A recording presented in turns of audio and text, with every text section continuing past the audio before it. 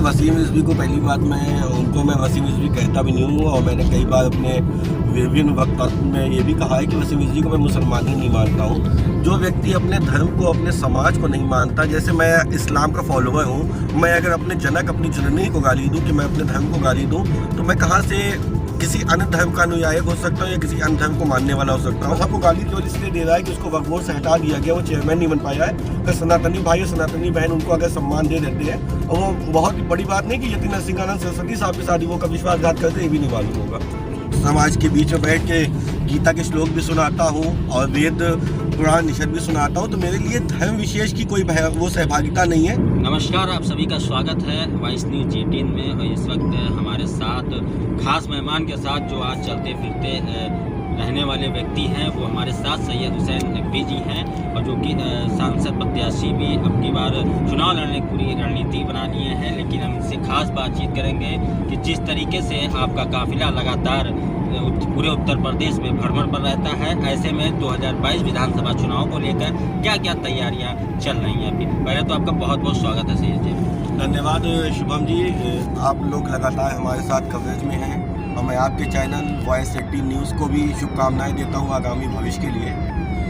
आदरणीय राष्ट्रीय अध्यक्ष श्री गोपाल राय जी, जो कि मेरे राजनीतिक गुरु भी हैं, और पार्टी में मैं राष्ट्रीय अध्यक्ष हूं अल्पसंख्यक मोर्चा का, तो हमारे अल्पसंख्यक समाज के साथ जो शोषण की नीतियाँ चलती हैं, केवल हमको एक जाति विशेष के टारगेट को लेकर चला जाता है कि मुसलमानों को कैसे क्या ऐसे अल्पसंख्यक के साथ योजनाएँ केवल जो पटल में दिखाई जाती है कि हम इन योजनाओं से लाभ देते हैं समाज को, लेकिन हकीकत यह है कि हम जब अल्पसंख्यक समुदाय के बीच में जाते हैं तो हम ये देखते हैं कि वो बहुत पिछड़े हैं। अभी उनको न शिक्षा मिल रही है, न रोजगार के उनके पास माध्यम है। केवल जो दावे हैं वो सिर्फ कागजों पे हैं। हमारा अपना मकसद है कि अगर मुझे अल्पसंख्यक समुदाय के लिए प्रतिनिधि बना के संपूर्ण भारतवर्ष के लिए दिया गया है, तो हमारी केवल और केवल इतनी ही सोच है कि हम अपने देश के अल्पसंख्यक समुदाय को व्यवस्थित कर सकें, क्योंकि देश की आबादी का 18 से 20% अल्पसंख्यक समुदाय है, जो कि एक बहुत बड़ा वोट बैंक है, जो कि इस चीज़ को, मानकों को तय करता है कि आने वाले समय में चुनाव में किसको जीतना है, किसको हारना है, ये अल्पसंख्यक समुदाय भी तय करता है। जैसे कि आप देखिए कि AIMIM के मुखिया असदुद्दीन ओवैसी साहब हो गए, मुलायम सिंह यादव हो गए, और अन्य समुदाय के लोग हो गए, जो विशेष समुदाय को लेके चलते अवश्य हैं, अपनी रणनीतियां बनाते हैं, विशेष समुदाय को टारगेट में लेते हैं कि मुसलमान हमारे साथ है, सिख हमारे साथ है, ईसाई हमारे साथ है। लेकिन ये पटल केवल तब तक चलता है कि जब तक ये दिखता है कि जब तक इलेक्शन आना है तब आप बहुत से सम्मेलन करोगे अल्पसंख्यक समुदाय के, आप विभिन्न समुदाय के सम्मेलन करते हो, लेकिन वास्तविकता ये है कि जब हम पटल पे आते हैं, जब आप किसी मुकाम पे पहुंच जाते हैं या आप किसी सम्मानित पद पे पहुंच जाते हैं, तो आप गायब हो जाते हैं, फिर आपकी रणनीतियाँ चेंज हो जाती है, फिर आप नए कानून बनाते बनाते 5 साल बीत जाते हैं, 5 साल खत्म हो जाते हैं, समापन के समय आता है कि घोषणाएं हो गई और फला बोर्ड के चेयरमैन बन गए, फला बोर्ड के चेयरमैन बन गए। लेकिन वास्तविक तौर पे सरकार के गठन के बाद यदि सामूहिक तौर पे सारे समाज को साथ लेके चलेंगे तो हम एक विशेष बदलाव ला सकते हैं। और 2024 की तैयारियां अभी से स्टार्ट है। पूरे उत्तर प्रदेश में दौड़ तो रहे हैं, क्योंकि राष्ट्रीय अध्यक्ष के आदेशानुसार हम लोग को पूरे उत्तर प्रदेश की 2022 विधानसभा को भारतीय जनता पार्टी के समतुल्य देखना है। तो आदरणीय राष्ट्रीय अध्यक्ष के आदेशानुसार हम लोग फिलहाल भारतीय जनता पार्टी के लिए प्रमोशन कर रहे हैं, लेकिन हम अपनी एक निजी पार्टी भी हैं। अगर हमको सम्मान और हमें सहभागिता नहीं मिलेगी तो हम अपने वजूद के साथ अपनी तैयारियां 2024 के चुनाव के लिए करेंगे। 2022 में भी अभी भी कोई बहुत ज़्यादा वक्त नहीं हो गया है, हमारे पास बहुत समय है। अगर हमें कोई ऐसा दूरंदेशी कोई ऐसी चीज़ दिखती है कि जिससे समस्याएं उत्पन्न हो सकती है, तो हम अपनी विधानसभा की तैयारी स्वतः कर सकते हैं। हमारे पूरे उत्तर प्रदेश में कार्यकारिणी घोषित है, पूरे भारतवर्ष में भ्रमण आंदोलन चल ही रहा है, और राष्ट्रीय अध्यक्ष जी लगातार दिल्ली मुंबई सब कर रहे हैं, तो जाहिर सी बात है हम तैयारियों में अपने लगे हुए हैं, और भारतीय जनता पार्टी के साथ फिलहाल अभी समतुल्य तरीके से हम उनके प्रमोशन में काम कर रहे हैं। और यदि हमको मिला सहभागिता तो ठीक है, नहीं मिलता तो हम आगे कुछ देखेंगे। अच्छा, जिस तरीके से आप एक मुस्लिम समाज के हैं, और लगातार जो है इस समय लोग कहते हैं कि ये हिंदुओं का जो है मुख्यमंत्री हैं, तो ऐसे में क्या लगता है? देखिए, अगर जहाँ तक आप तो काफ़ी समय से मुझे कवर करते आ रहे, पिछले 5 साल से हमारा आपका संबंध है, क्योंकि मैं रामलीला मैदान में भी जाके सनातन समाज के बीच में बैठ के गीता के श्लोक भी सुनाता हूँ, और वेद पुराण निषद भी सुनाता हूँ। तो मेरे लिए धर्म विशेष की कोई वो सहभागिता नहीं है।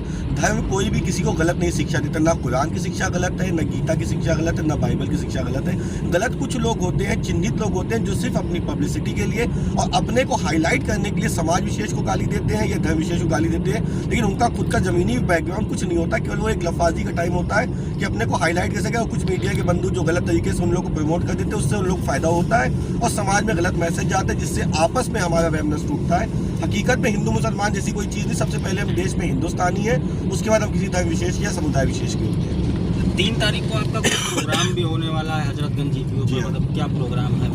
ये हमारी विशाल जन रैली है, जिसको हम लोग लेके चल रहे हैं। हजरतगंज से लेके चलेंगे और संपूर्ण उत्तर प्रदेश के 18 मंडलों से होते हुए 75 जिलों में हमारा ये कार्यक्रम चलेगा, जिसमें आदरणीय गोपाल राय जी के आदेशानुसार संपूर्ण मंडल के पदाधिकारियों को, जिला पदाधिकारियों को सूचना दे दी गई है कि जिला स्तर पर हमारी टीम पहुँचती जाएगी। वहाँ पर जो भी सम्मान समारोह वगैरह हो गया और जो भी प्रचार तंत्र के जो भी माध्यम दिए जाएंगे, आदरणीय स्वतंत्र देव सिंह प्रदेश अध्यक्ष भारतीय जनता पार्टी के निर्देशानुसार ये कार्यक्रम का हम लोग ने क्रियान्वयन किया है। और कोशिश ये है कि कुछ अच्छा किया जाए। और हम लोग की जो पार्टी की एक विचारधारा है कि हम राष्ट्रीय क्रांतिकारी समाजवादी पार्टी है, तो हम लोग क्रांतिकारी सोच के साथ समाज के विकास के लिए आए हैं। तो हम किसी धर्म विशेष, जाति विशेष पे काम नहीं करेंगे।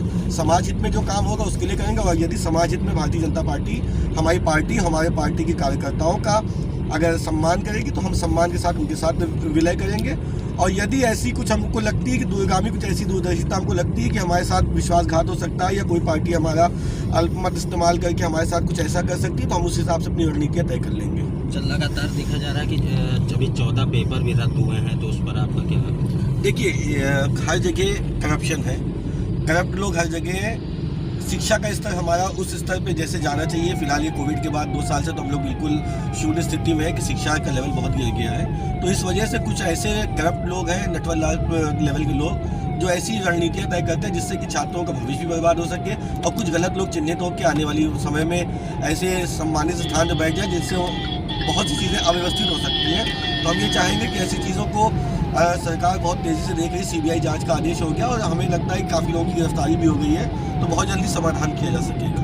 अच्छा, जिस तरीके से ओएसी को आपने बताया, लगातार वो बाराबंकी दौड़ा कर रहे थे, और बाराबंकी से हमको ये भी लग रहा है कि कुछ वोट बीजेपी का कटेगा।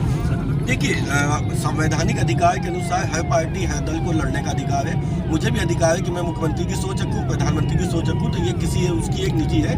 और एक राष्ट्रीय स्तर की पार्टी है, महाराष्ट्र में लड़ी है, बिहार में आई है, उत्तर प्रदेश में आई है। अपनी किस्मत आजमाने के लिए कोई भी आजमा सकता है। भारतीय जनता पार्टी का भी इतिहास सबको मालूम है कि 2 सीट आज कहाँ पहुँच गए।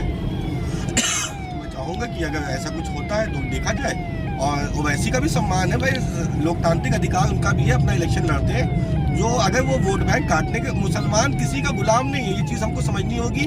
और एक समाजवादी कभी चिल्लाती है, कभी बहुजन समाज पार्टी चिल्लाती, कभी भाजपा चिल्लाती है। तो मुसलमान के हिंदुस्तान का कोई भी वोटर किसी भी पार्टी या किसी विशेष उसका गुलाम नहीं है। उसका अपना संवैधानिक अधिकार है, वोट का उसका अधिकार है, वो जिसको चाहे वोट देगा। आप बोल सकते हैं, नहीं बोलेंगे, आप कहें हमारे लिए प्रचार तंत्र जनता है, जिसको चाहे उसको समर्थन दे दे।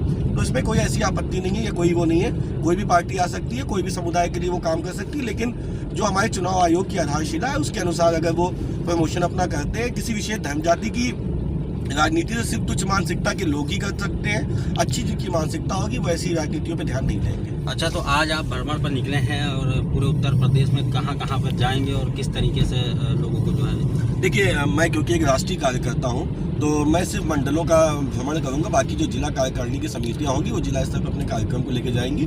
फिलहाल मेरा उत्तर प्रदेश के 18 मंडलों का भ्रमण है और अपने कार्यकर्ताओं से मिलकर उनको ऊर्जा देनी है, विवेक शक्ति के साथ उनको 2022 की तैयारियां करवानी है।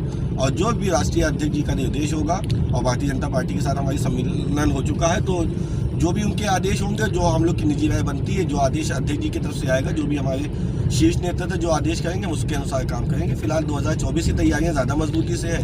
2022 का क्योंकि आदरणीय स्वतंत्र देव सिंह जी के साथ घोषणा हो चुकी है कि हम लोग 2022 में भारतीय जनता पार्टी को सहयोग देने वाले हैं, तो 2022 की रणनीति भारतीय जनता पार्टी के साथ सेट है। और यदि हमारा भविष्य उज्ज्वल दिखता है तो हम 2024 में भी भाजपा के साथ, नहीं तो अपनी व्यक्तिगत पहचान के साथ तैयारी करेंगे।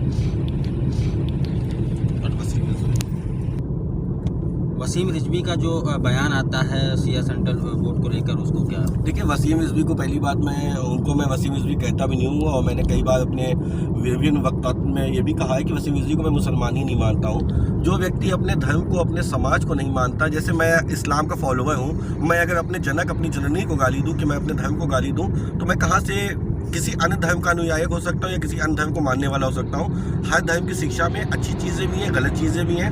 प्रोनाउंसिएशन, अनुवाद, ये सब ऐसी चीज़ें होती हैं कि किसी भी शब्द को अनुवाद के तरीके अलग होते हैं, उनकी भाषा शैली में विविधता आ जाती है। अरबी एक ऐसी भाषा है जिसमें एक शब्द के 35 से 36 मायने निकलते हैं। अब आप 35-36 मायने में अच्छे मायने भी निकाल सकते हो, गलत मायने भी निकाल सकते हो। तो वसीम पागल हो चुके हैं क्योंकि चेयरमैनशिप उनके हाथ से निकल गई वो, और इस समय अली जैदी जो हमारे चेयरमैन बनाए गए, मौलाना कल्बे जवाद ने जिनको नियुक्त किया है और पूरी समिति की सहभागिता से उनको चेयरमैन बना दिया गया है। तो अब उनके हाथ में वक्फ की भागदौड़ आ गई है। अब मैं कोशिश करूंगा कि शिया सेंट्रल वक्फ बोर्ड, अली जैदी जो चेयरमैन बने हैं, वो उनके ऊपर बहुत जिम्मेदारियां, वक्त में बहुत घोटाले हुए हैं, अरबों रुपए के घोटाले हैं, करोड़ों रुपए की प्रॉपर्टियां इधर से उधर बेच दी गई हैं, निजी संपत्तियां बन गई हैं। वक्फ की संपत्ति जो कि वक्फ बोर्ड की निजी संपत्ति थी, उनको गवर्नमेंट संपत्ति बना दिया गया। कहीं उसको किसी को बेच दिया, कहीं उसमें बिल्डर एग्रीमेंट हो गया, कहीं अपार्टमेंट बन गए, तो कहीं किसी ने फैक्ट्री खोल ली। तो अभी तो बहुत से घोटाले हैं जो खुलेंगे। वसीम रिजवी की तो देखिए, नरसिंहानंद सरस्वती जी, एक तो पहली बात है एक धर्म विशेष को टारगेट किए हैं। उन्होंने मुसलमान धर्म को, इस्लाम धर्म को टारगेट कर रखा है। उनके खिलाफ इतने मुकदमे, उनको भाई सिक्योरिटी दे रखी है। उसी तरह वसीम रिजवी भी खूब ऐसे बयान देते कि भाई सिक्योरिटी लिए बैठे हैं, अपने आप को मंत्री जैसी फीलिंग लेना चाहते, लेकिन वो मंत्री नहीं बन पाएंगे क्योंकि जब वो अपने समाज के नहीं हुए तो मुझे नहीं लगता कि सनातन धर्म के लोग उनको स्वीकार करेंगे। क्योंकि जो आदमी आज अपने मजहब को गाली केवल इसलिए दे रहा है कि उसको वक्फ बोर्ड से हटा दिया गया, वो चेयरमैन नहीं बन पाया है, अगर सनातनी भाई और सनातनी बहन उनको अगर सम्मान दे देते हैं तो वो बहुत बड़ी बात नहीं कि यदि नरसिंहानंद सरस्वती साहब के साथ वो का विश्वासघात करते, ये भी नहीं मालूम होगा। देखिए, और शिवम भाई, आपसे एक पॉइंट शायद आपसे मिस हो गया। मैं आपको स्टार्टिंग में ही बोल रहा था कि हमारे अल्पसंख्यक समुदाय के साथ क्या विश्वासघात होता है। विश्वासघात ये होता है कि जैसे हम परिवार में 5 लोग हैं, हमारे क्या 3 अगर बच्चे हो जाएंगे तो उस पर आपत्ति कि 2 से ज़्यादा पैदा होंगे, लेकिन अन्य समुदाय में जब 3 से 4 बच्चे होते हैं तो उन पर आपत्ति नहीं होती है। जनसंख्या नियंत्रण का कानून मैं स्वागत करता हूँ। CNRC के संबंधित जो भी ज्ञापन है वो जब आएगा सो आएगा। आपकी जनसंख्या कानून के संबंधित आ जाता है कि बहुत से चैनल्स ने दिखाया कि एक विशेष समुदाय में, मुसलमान समुदाय से और अल्पसंख्यक समुदाय के अलावा भी अन्य समुदाय है। गांव देहात में बच्चों की संख्या ज़्यादा होती है, इसमें कोई डाउट नहीं है, लेकिन ये कहना कि 4 बीबी 40 बच्चे, ये सब इस तरह की जो बातें आती हैं, इससे न केवल समाज में गलत मैसेज जाता है बल्कि ये भी होता है कि लोग इसको गलत तरीके से लेते हैं और समाज को गालियाँ देते हैं। जबकि हकीकत ये है कि अगर आबादी का अनुपात देखिएगा तो 1947 से लेकर अब तक की आबादी का अनुपात में कोई चेंज नहीं आया है। अनुपात जो कल था वही आज भी है।